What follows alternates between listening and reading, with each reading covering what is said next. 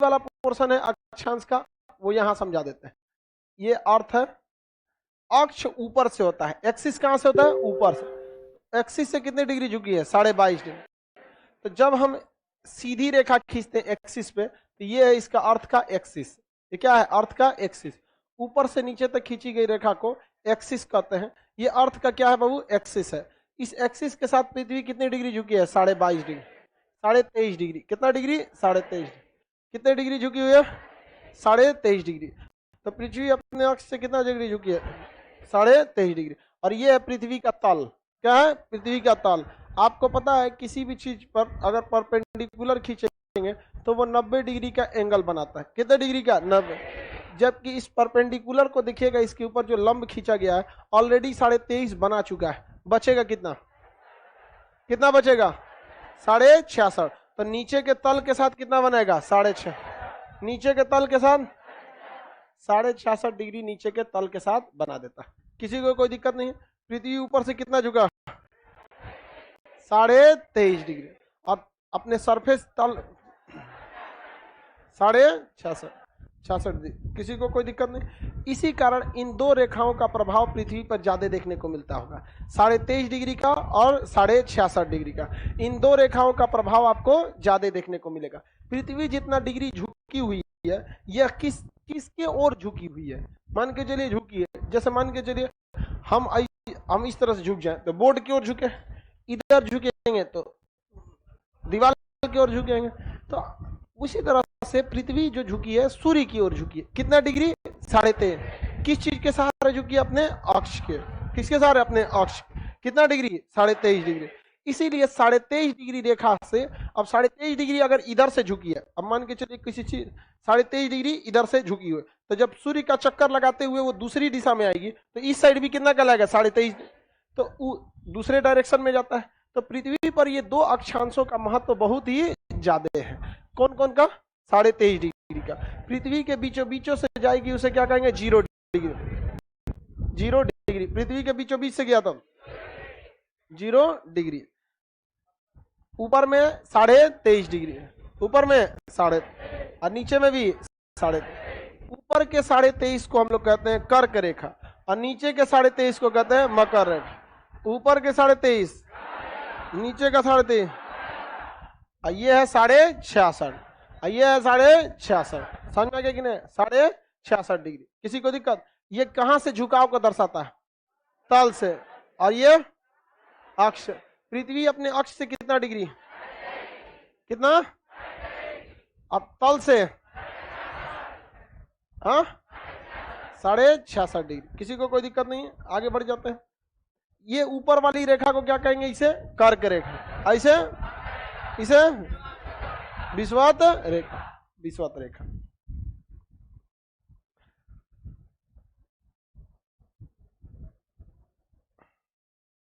कौन सी रेखा? ये कौन सी रेखा?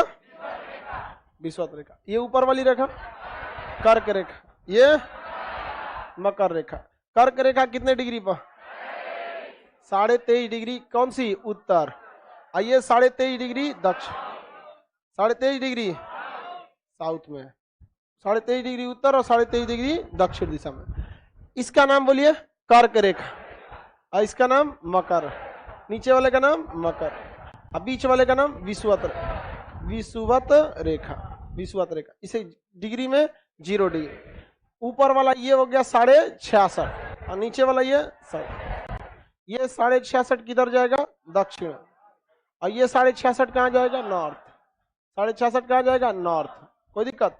ये किस सागर के पास है? अंटार्कटिक। और वो वाला आर्कटिक। तो इसे कहते हैं आर्कटिक वृत्त। आर्कटिक वृत्त। और इसे कहते हैं अंटार्कटिक। अंटार्कटिक वृत्त। कौन सा? अंटार्कटिक। आर्कटिक कितना डिग्री? 66.5 उत्तरी।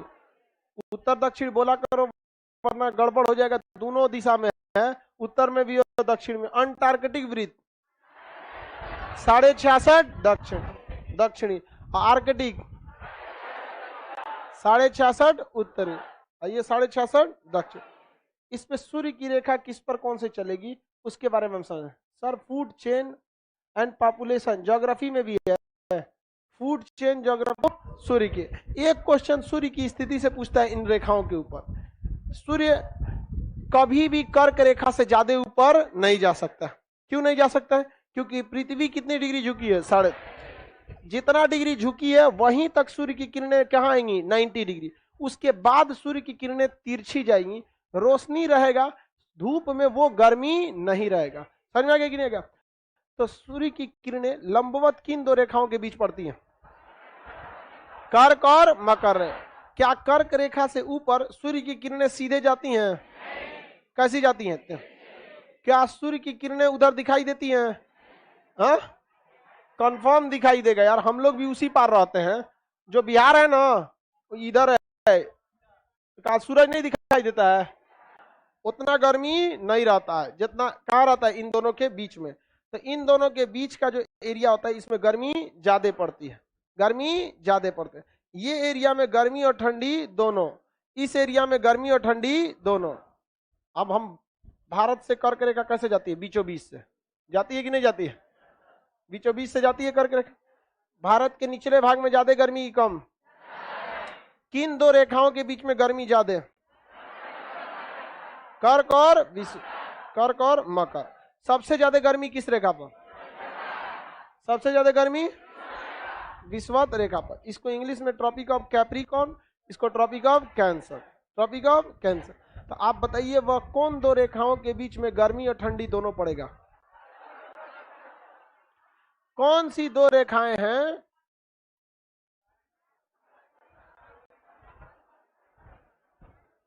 भयानक गर्मी,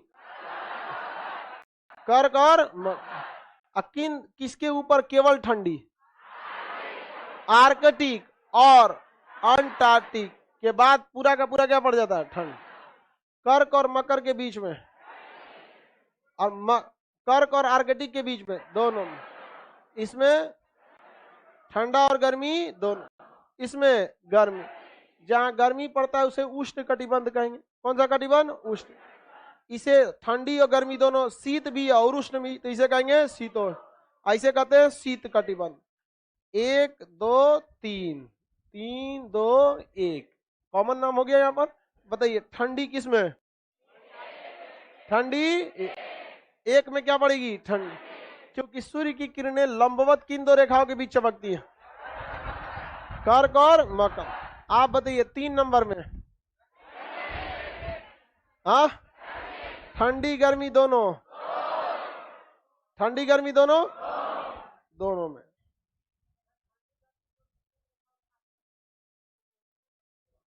पूरा यहां से यहां तक ले लिया तो पूरा ग्लोब ले लेना।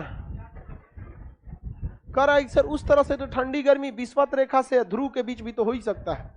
पूरा ले ले पृथ्वी, आधा ले ये लिए हो, पूरा ले लो। हम इस एरिया को लिखते हैं उष्ण कटिबंध। क्या लिखेंगे? उष्ण कटिबंध। क्या लिखते हैं? उष्ण। इस एरिया को लिखते हैं शीतोष्ण, मतलब शीत भी है और उष्ण भी है। और इसे लिखते हैं शीत कटिबंध। इसे लिखते हैं शीतोष्ण, शीत भी है और उष्ण भी है, शीतोष्ण। इसे कहते हैं शीत कटिबंध। कौन सा? शीत कटिबंध। देखिए बाबू, अब हम सूर्य की स्थिति के हिसाब से आगे समझेंगे। सबसे बड़ा दिन और सबसे छोटा दिन पढ़ाए थे कि नहीं जी आप लोग को? नहीं पढ़ाए होंगे, नक्शा में बताए हूं, नक्शा में बताए थे।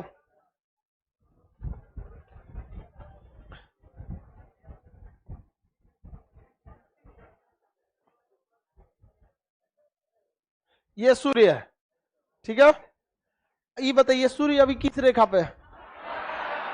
हाँ, भारत में गर्मी की ठंडी?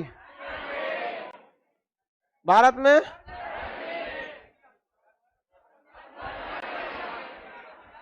भूज देगा भारत में। समझ आ गया कि नहीं आ गया? तो भारत में या पूरी दुनिया में गर्मी और ठंडी क्यों चेंज होता है?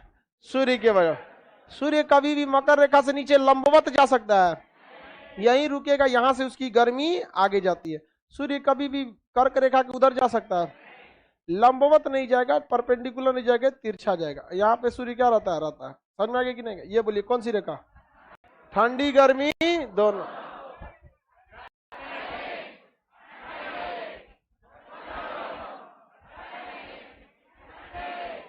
हाँ, ठंडी गर्मी याद रहेगा ना।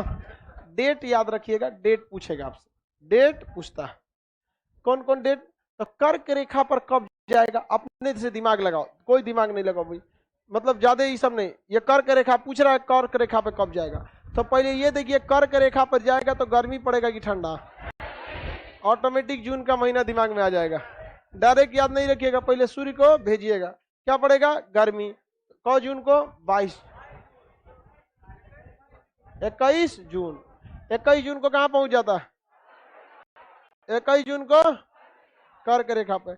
ये बताइए अभी यहां चला आया, भारत में गर्मी की ठंडी, हाँ ठंडी, क्या पड़ेगा ठंडी। कौन सा महीना, दिसंबर। तो महीना तो फिर यही है कि आप लोग से महीना नहीं निपटा देंगे, डेटे ना कंफ्यूजन में है। ये महीना बोलिए तो 21 22 हटाओ ना, महीना बोलो।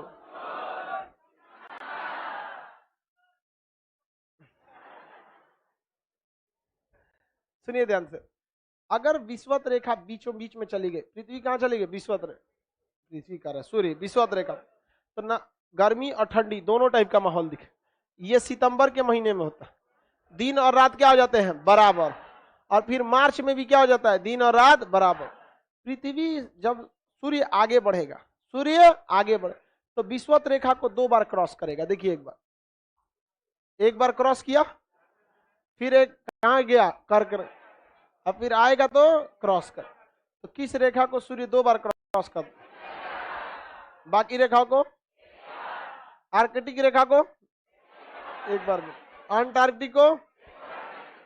बताइए जब सूर्य मकर रेखा पर आएगा तो कौन सा महीना होगा, दिसंबर। डेट नहीं याद रखना है, क्या याद रखेंगे, दिसंबर।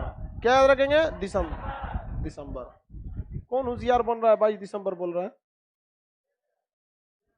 जब बोल रहे हैं डेट नहीं याद रखना है तो नहीं याद रखना है, अभी बाद में याद रखिएगा डेट। अभी महीना पर यही है ना, उसके बाद डेट पर दिसंबर है, जाएगा तो जनवरी फरवरी मार्च, क्या हो गया मार्च।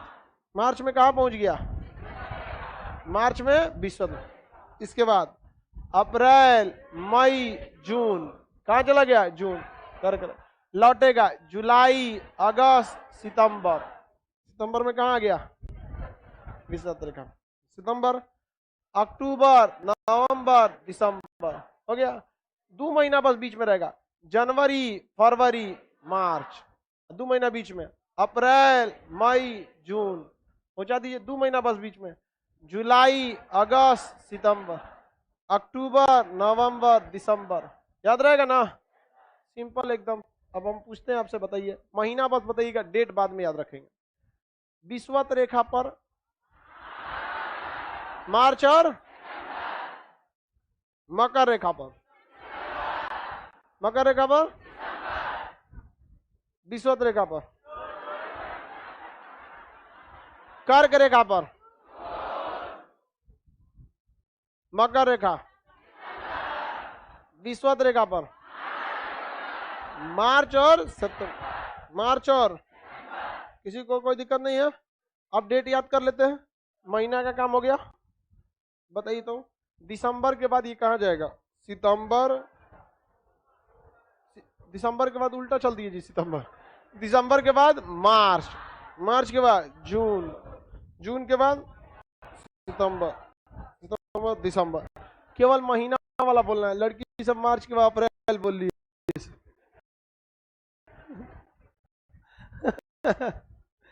मैं जिस जिस रेखा पे है बस उस पे चालू करते हैं, मार्च से चालू करते हैं। मार्च में ससुरा कहां, दिसंबर को, कहां पर 22 दिसंबर, ये 22 मार्च, ये 23 सितंबर, 23 सितंबर। समझ में आ गया कि नहीं आ गया, 23 सितंबर, 22 मार्च, 22 दिसंबर, सब 22 22 है। एगो जून है, एगो 21, एगो 23 है, 21 22 23। चलिए बताते हैं अब ध्यान से। कर्क रेखा पर, कर्क रेखा पर, मकर रेखा पर 22, वेरी गुड।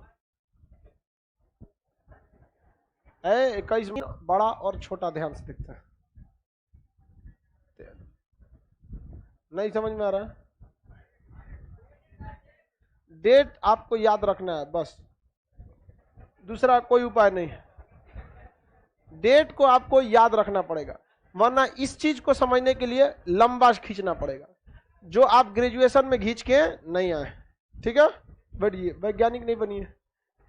जहां जो कंसेप्ट समझाने लायक रहता है वो समझा देते हैं, बाकी जो चीज ग्रेजुएशन के लिए है, जो कंपटीशन के लिए नहीं है, होगा मकर रेखा। तो हम कहाँ की बात कर रहे हैं? भारत की। तो जब सूर्य कहाँ होगा? मकर रेखा। तो दिन बड़ा कि छोटा? अरे दिन माने टॉर्च, नेचुरल टॉर्च क्या है? सूर्य। सोचा भाग के उतना दूर है, यहाँ से चमकेगा इसे भारत की ओर, चमक जा भारत में। सोचा 7 बजे सुबह होगा, समझ आएगा कि नहीं? 7 बजे क्या होगा? सुबह होगा। और शाम 5 बजे डूब जाएगा सूरज। क्यों? बहुत दूर है। क्या है? बहुत दूर। अब खुद से बताइए, इसमें दिन और रात में क्या इफेक्ट पड़ेगा? दिन और रात बराबर, दिन और रात। यहाँ 4 बजे भोर हो जाएगा, 4 बजे क्या हो जाएगा? भोर। और सोचो 7 बजे सूरज डूबेगा, 7 बजे क्या होगा? सूरज। तो भारत में दिन बड़ा कब होगा? महीना को गोली मारिए, रेखा बोलिए। भारत में दिन छोटा होगा, बराबर हो जाएगा, बराबर हो जाएगा विषुवत रेखा। दिन तो आपको याद है पहले से, विषुवत रेखा पे 22 मार्च 23 सितंबर, कर्क रेखा पर 21 जून, बराबर दोनों पे होगा। किस रेखा पर बराबर होगा? किस रेखा पर दिन छोटा हो जाएगा? हाँ, सबसे बड़ी रात होगी, सबसे बड़ी रात होगी, सबसे बड़ा दिन होगा। हाँ, सबसे पूछने तो दो, लाइव वाले आप लोग बताएंगे। लोग सब लोग, पटना वाला ज्यादा आगे आगे करेगा तो यहाँ का आवाज खत्म करके लाइव से बस पूछेंगे, इसलिए क्वेश्चन के साथ बढ़ते रहिए। अभी क्वेश्चन बोले नहीं, बता दिया आंसर। चल बबुआ, तुमको ये हटा के पूछते हैं। सुनिए, जब भी हम बड़ा छोटा पूछेंगे तो हिंदुस्तान के लिए पूछेंगे, बाढ़ में जाए दुनिया के लोग को क्या मतलब है, इंडिया से मतलब है हम लोग को। सबसे छोटा रात,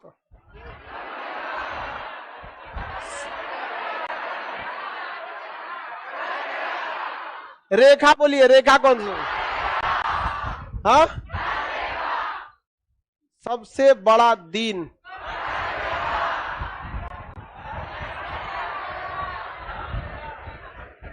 किस रेखा पर?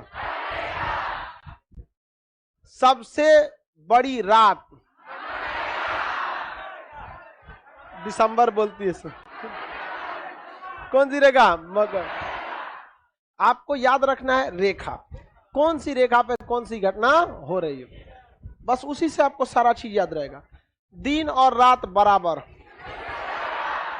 विषुवत रेखा पर कब जाता है? मार्च और सितंबर।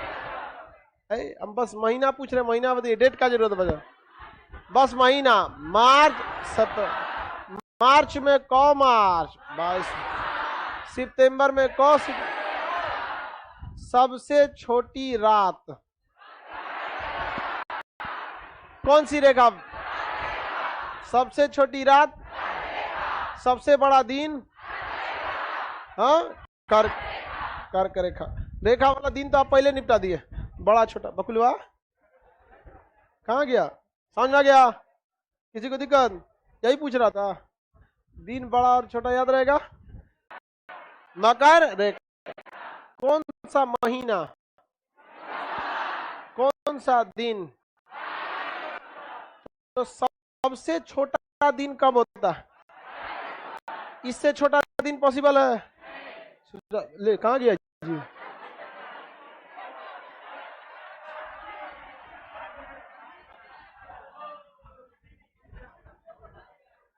भाग गया था, काज ने कहा तू सोचा भाग जाएगा तो सब खेले खराब हो जाएगा। यही भाग गया था, दुनिया छोड़ रहा है, अनार हो जाएगा हम लोग किया तो। सबसे छोटा दिन हम लोग 22 दिसंबर को ही हम लोग महसूस करते हैं, लेकिन सीबीएसई वाला बड़ा दिन का छुट्टी देता है सबसे छोटा दिन, लेकिन छुट्टी मिलती है बड़ा दिन। नाइंसाफी है कि नहीं? सुनिए ध्यान से, वो छुट्टी इस बात का नहीं देता है कि सबसे बड़ा दिन है, बल्कि वो छुट्टी इस बात के लिए देता है कि अब दिन बड़ा होना चालू होगा। जो दिन छोटा था वो दिन अब बड़ा होना चालू होगा, और मार्च में ये दिन बराबर हो जाएगा रात का। अब फिर धीरे धीरे दिन बड़ा होते होते दिन बड़ा कब हो जाएगा? 21। और यहाँ छोटा दिन का छुट्टी, मतलब यहां से अब दिन छोटा होना चालू होगा, दिन छोटा होना चालू होगा और सबसे छोटा हो जाएगा। क्या इससे भी छोटा पॉसिबल है? हाँ, तो दिन यहां से क्या होगा? बड़ा होना चालू होगा। दिन बड़ा होना चालू होता है 22 दिसंबर। 22 दिसंबर, कोई दिक्कत है? दिन बड़ा छोटा बता देंगे, गर्मी ठंडी बता देंगे। ऑस्ट्रेलिया में गर्मी का दिन किस रेखा पर पड़ेगा सूर्य के? हाँ, मकर रेखा। लेकिन मकर कहां चला गया? जून के महीना में कर। आप जून के महीना में हाफ शर्ट पहन लिए हैं और जहाज में बैठ गए, कहां के? ऑस्ट्रेलिया के। उतर आपको आना है यहाँ पर, ऑस्ट्रेलिया मकर रेखा पे है। ऑस्ट्रेलिया का है मकर रेखा। आप जून के महीना में क्या पहने हैं? Half shirt. कहाँ चल दिए? उतरते क्या कर देगा? उतरते ठंडा मार देगा, पैक कर देगा, सर वापस भेज दो, पटना से आया वापस भेज देगा। हिटलर की फौज मरा गई थी यही चक्कर में। आप कहाँ जा रहे हैं, वहां पर कैसा मौसम होगा, ये आपको पहले से पता होना चाहिए। किसी को कोई दिक्कत नहीं है? ठंडा मार देगा, हाँ ठंडा मार देगा। जहाज में जब तक बैठे रहेंगे तब तक कोई दिक्कत नहीं है, अंदर एयर कंडीशन रहता है, क्लाइमेट कंट्रोल में रहता है। अदरवाइज में बाहर मार देगा ठंडा। दिन और रात बराबर होते हैं।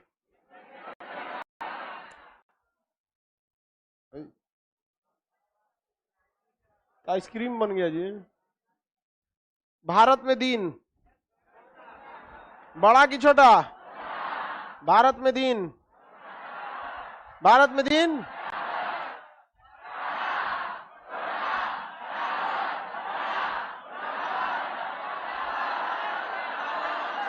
बराबर है। दिन बता दिए, चलिए रात बताएंगे। समझ गया? रात, रात बड़ा की छोटा?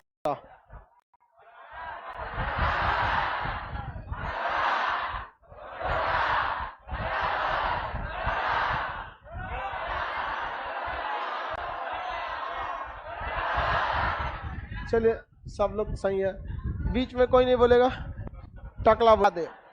गर्मी ज्यादातर जानवर झेल ले जाते हैं, ठंड ज्यादातर नहीं। अब नॉर्वे कहाँ है? तो ससुरा ठंडा एरिया में। ले मशीनवा उधर चल गया।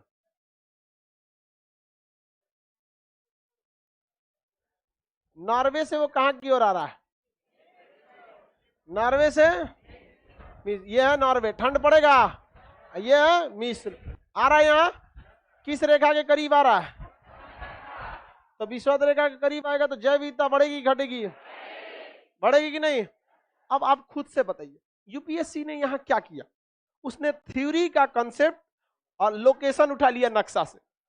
अगर यही एसएससी रहता तो क्या पूछता, या रेलवे रहता तो क्या पूछता? नॉर्मल सा, ध्रुवों से विषुवत रेखा पर आने पे जैव विविधता पे क्या प्रभाव पड़ता है? कोनो बोल देगा उस ठंडा में कौन जिएगा, वहां जीव जंतु कम, यहाँ जीव जंतु ज्यादा। धड़ाक से बता देंगे लोग। एसएससी रेलवे में यही ना पूछेगा, ध्रुव से विषुवत रेखा पर आने पर जैव विविधता बढ़ जाए। लेकिन उसने भी यही पूछा है, लेकिन वो थ्योरी या नक्शा सब फेंक दिया है। नॉर्वे से कहाँ लाया है बतिया, वो भी वही कर रहा है। ध्रुव से कहाँ ला रहा है? विषुवत रेखा। तो कल को भी यही सवाल पूछेगा आपको, कोई व्यक्ति श्रीलंका से अफ्रीका की साउथ अफ्रीका जा रहा है, श्रीलंका से साउथ अफ्रीका, जैव विविधता बढ़ेगा ही घटेगा? हाँ, घट जाएगा। श्रीलंका एकदम विषुवत रेखा के पास है और साउथ अफ्रीका नीचे है, तो नीचे जाएंगे तो जैव विविधता घट, नीचवा जाएंगे तो जैव विविधता बढ़ेगा कैसे? जैव विविधता मतलब होता है जीव जंतुओं की संख्या। जीव जंतु ठंड में रहना नहीं चाहते हैं, वो ठंड में नहीं रह सकते क्योंकि उनके पास कपड़ा पहनने के लिए नहीं होता है। अब कह रहा है कोई व्यक्ति श्रीलंका से कहाँ जा रहा है? South Africa. बताइए जैव विविधता अंटार्कटिका चल जाएगा? हाँ, शून्य हो जाए, खत्म हो जाएगा, बहुत कम मिलेंगे, सब मछली उछली 2-4 तो मिलेंगे, सब ठंडा में रहने वाला पोलर बियर, सील वगैरह, यहाँ पे पेंगुइन वगैरह।